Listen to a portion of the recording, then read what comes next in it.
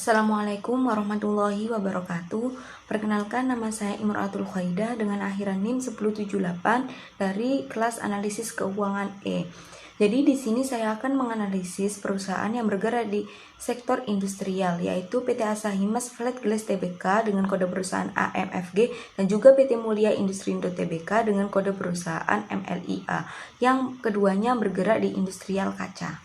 Nah, jadi di sini saya akan menganalisis dengan menggunakan beberapa indikator, yaitu yang pertama, analisis industri Porters Diamond, yang kedua, analisis aktivitas operasi, yang ketiga, analisis return modal investasi dan analisis profitabilitas, yang keempat, analisis arus kas, dan yang terakhir yaitu analisis perspektif. Jadi langsung saja pada pembahasan pertama, yaitu di sini ada analisis industri dengan model Porters Diamond pada PT AMFG. Jadi, analisis pada Porters Diamond ada beberapa penilaian. Ada 5 penilaian, yaitu ancaman atau kekuatan dari pendatang baru, kemudian persaingan industri, kemudian ancaman atau kekuatan dari produk pengganti, kemudian kekuatan dari pemasok, dan kekuatan dari konsumen atau pembeli itu sendiri. Nah, pada industri kaca, ancaman atau kekuatan pendatang baru ini yaitu inovasi dari pendatang baru yang memanfaatkan kemajuan teknologi dengan harga yang lebih murah dari pemain lama, yaitu di sini berarti PT Asahimas Flat Glass Tbk dan juga PT Mulia Industrindo Tbk.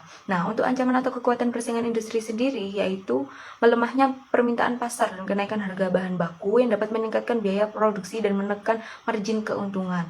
Kemudian ancaman atau kekuatan produk pengganti pada industri kaca yaitu PT Multi Bintang Indonesia Tbk yang mempunyai reputasi merek yang kuat, dan juga PT Central Glass Indonesia Tbk yang dimana memiliki kemampuan akses terhadap teknologi maju dan keahlian global yang lebih mudah daripada PT Asahimas Flat Glass Tbk dan juga PT Mulia Industrindo Tbk.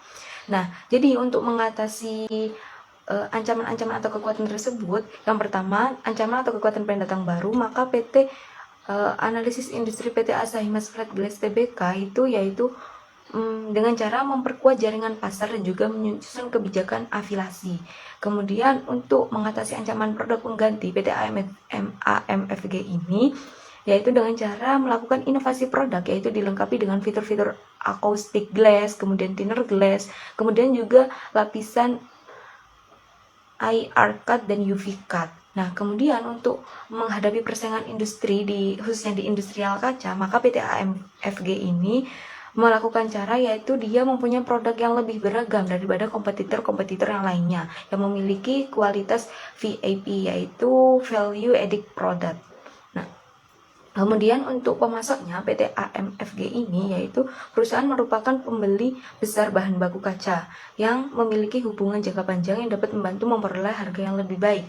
Kemudian untuk kekuatan dari konsumen atau pembeli pada PT AMFG yaitu perusahaan AMFG ini memiliki merek yang kuat yang dapat membantunya untuk mendapatkan harga yang lebih tinggi untuk produknya. Nah, selanjutnya setelah dari PT AMFG ada dari PT MLIA, yaitu untuk menangani ancaman pendatang baru, mereka mengimplementasikan strategi yang dengan nama perumusan 4 hal, dan juga mereka berkolaborasi dengan pemerintah. Nah, kemudian untuk menghadapi persaingan industri, mereka melakukan exposure produk glass block di pasar domestik. Dan yang terakhir yaitu dan yang ketiga yaitu untuk mengatasi ancaman produk pengganti, mereka mencari peluang untuk mengakuisisi atau bermitra dengan produsen kaca lain. Nah, selanjutnya dari kekuatan dari pemasok sama seperti PT AMFG, yaitu perusahaan merupakan pembeli besar bahan baku kaca yang memiliki hubungan jangka panjang yang dapat membantu memperoleh harga yang lebih baik. Begitu juga dengan kekuatan konsumen, mereka sama halnya dengan PT AMFG, yaitu perusahaan memiliki merek yang kuat, yang cukup kuat, yang dapat membantunya untuk mendapatkan harga yang lebih tinggi untuk produknya. Nah, selanjutnya ada analisis dari aktivitas operasi. Jadi pada PT AMFG selama 5 tahun menunjukkan bahwa penerimaan kas perusahaan lebih besar dari pengeluarannya. Hal ini menunjukkan bahwa arus kas dari aktivitas operasi bisa dikatakan mengalami kondisi yang positif, yaitu perusahaan memiliki lebih banyak kas masuk dari kas keluar. Akan tapi penerimaan kas pada tahun 2020 mengalami penurunan dari tahun 2019. Hal ini dikarenakan penerimaan kas dari pelanggan mengalami penurunan sebesar 490 miliar. Kemudian pada tahun 2021 sampai 2022 2023, penerimaan kas pada arus kas aktivitas operasi kembali meningkat. Hal ini tentu saja disebabkan karena adanya kenaikan dan penurunan dari aktivitas penjualan perusahaan. Nah, selanjutnya analisis dari PT MLIA atau Mulia Industri Tbk. Nah, sama halnya dengan PT AMFG, PT MLIA selama 5 tahun menunjukkan bahwa penerimaan kas perusahaan lebih besar dari pengeluarannya. Hal ini menunjukkan bahwa arus kas dari aktivitas operasi bisa dikatakan mengalami kondisi yang positif, yaitu perusahaan memiliki lebih banyak kas masuk dari kas keluar. Nah, pada tahun 2022 penerimaan kas meningkat dibanding pada tahun 2021. Hal ini disebabkan karena adanya peningkatan penjualan yang disebabkan karena adanya kenaikan harga jual dari tahun sebelumnya. Kemudian pada tahun 2023 penerimaan kas dari aktivitas operasi mengalami penurunan kembali. Hal ini dikarenakan adanya penurunan penjualan yang disebabkan oleh penurunan harga rata-rata kaca lembaran.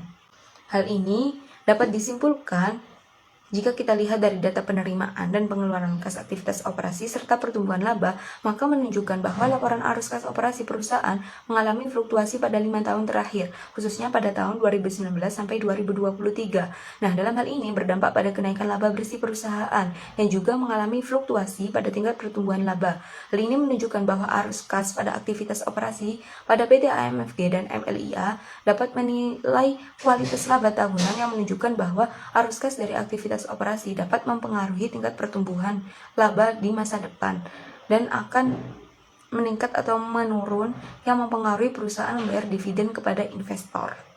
Kemudian selanjutnya ada analisis return modal investasi dan profitabilitas. Yang pertama analisis pada PT AMFG. Nah, GPM atau Gross Profit Margin pada PT AMFG mengalami penurunan dari 2020 hingga 2022, tetapi kembali naik sedikit pada 2023. Ini menunjukkan bahwa meskipun efisiensi dalam menghasilkan laba kotor dari penjualan sedikit menurun, ada perbaikan pada tahun 2023. Nah, OPM menunjukkan peningkatan signifikan dari kerugian operasional di 2019 dan 2020 ke profitabilitas yang stabil pada 2021 sampai 2023. Ini menunjukkan perbaikan dalam efisiensi operasional.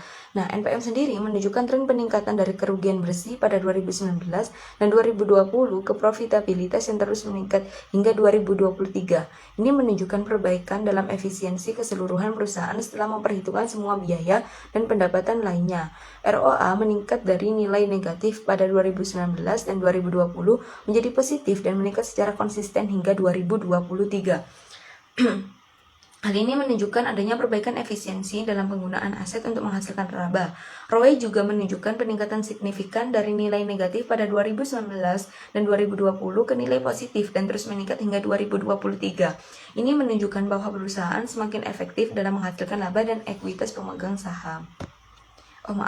Semakin efektif dalam menghasilkan laba dari ekuitas pemegang saham. Kemudian analisis pada PT MLIA. Nah, GPM PT MLIA menunjukkan fluktuasi dengan penurunan signifikan pada 2021 dan 2022, tetapi kembali meningkat pada 2023.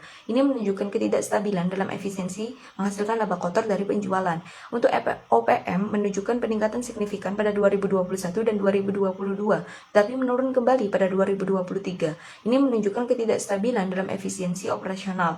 NPM juga menunjukkan peningkatan signifikan pada 2021 dan 2022, tetapi menurun kembali pada 2023.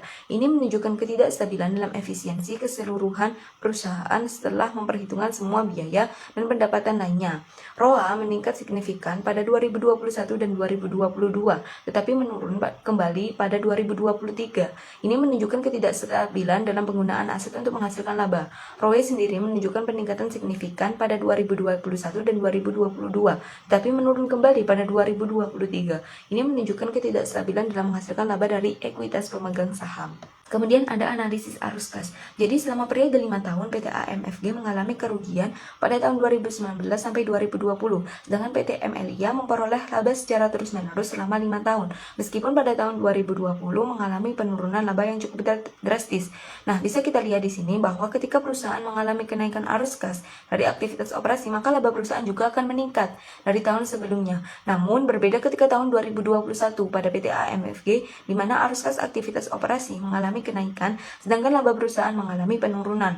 Hal ini disebabkan karena adanya peningkatan beban penjualan pada saat itu. Selanjutnya ada arus kas dari aktivitas investasi investasi di mana perusahaan menggunakan dananya untuk melakukan pengembangan usaha. Pada PT AMFG, arus kas investasi mengalami penurunan dari tahun 2019 sampai 2021, kemudian kembali meningkat pada tahun 2022 sampai 2023. Sedangkan pada PT MLIA selama 5 tahun mengalami fluktuasi yang cukup signifikan. Salah satu pengeluaran untuk aktivitas investasi adalah pembelian atau perolehan aset tetap sebagai sarana untuk melakukan pengembangan usaha. Selanjutnya ada arus kas bebas, di mana arus kas bebas ini diperoleh dari arus kas aktivitas operasi dikurangi belanja modal atau capex. Dan yang terakhir yaitu analisis perspektif. Pertama, ada analisis perspektif pada laporan laba rugi. Pada proyeksi laporan laba rugi tahun 2024, PT AMFG TBK mengalami kenaikan penjualan sebesar 5%, akan tapi tidak dengan laba perusahaan. Laba perusahaan AMFG mengalami penurunan dikarenakan adanya kenaikan pada beban penjualan, umum, administrasi, dan beban operasi lain. Sedangkan pada PT MLIA TBK, proyeksi pada tahun 2024 mengalami kenaikan penjualan sebesar 2,4% disertai dengan kenaikan laba bersih. Dan yang terakhir itu analisis perspektif pada laporan posisi keuangan. Pada proyeksi laporan posisi keuangan 2024, PT AMFG TBK dan PT MLIA TBK sama-sama mengalami kenaikan aset yang dimana pada PT AMFG TBK didominasi oleh kas dan persediaan, sedangkan pada PT MLIA TBK didominasi oleh kas dan piutang. Nah, setelah dari 5 penilaian analisis tadi, maka dapat disimpulkan untuk rekomendasi kepada investor dan kreditor sebaiknya mengalokasikan dananya pada PT Asahimas Flat Glass Tbk atau PT AMFG. Audio Jungle.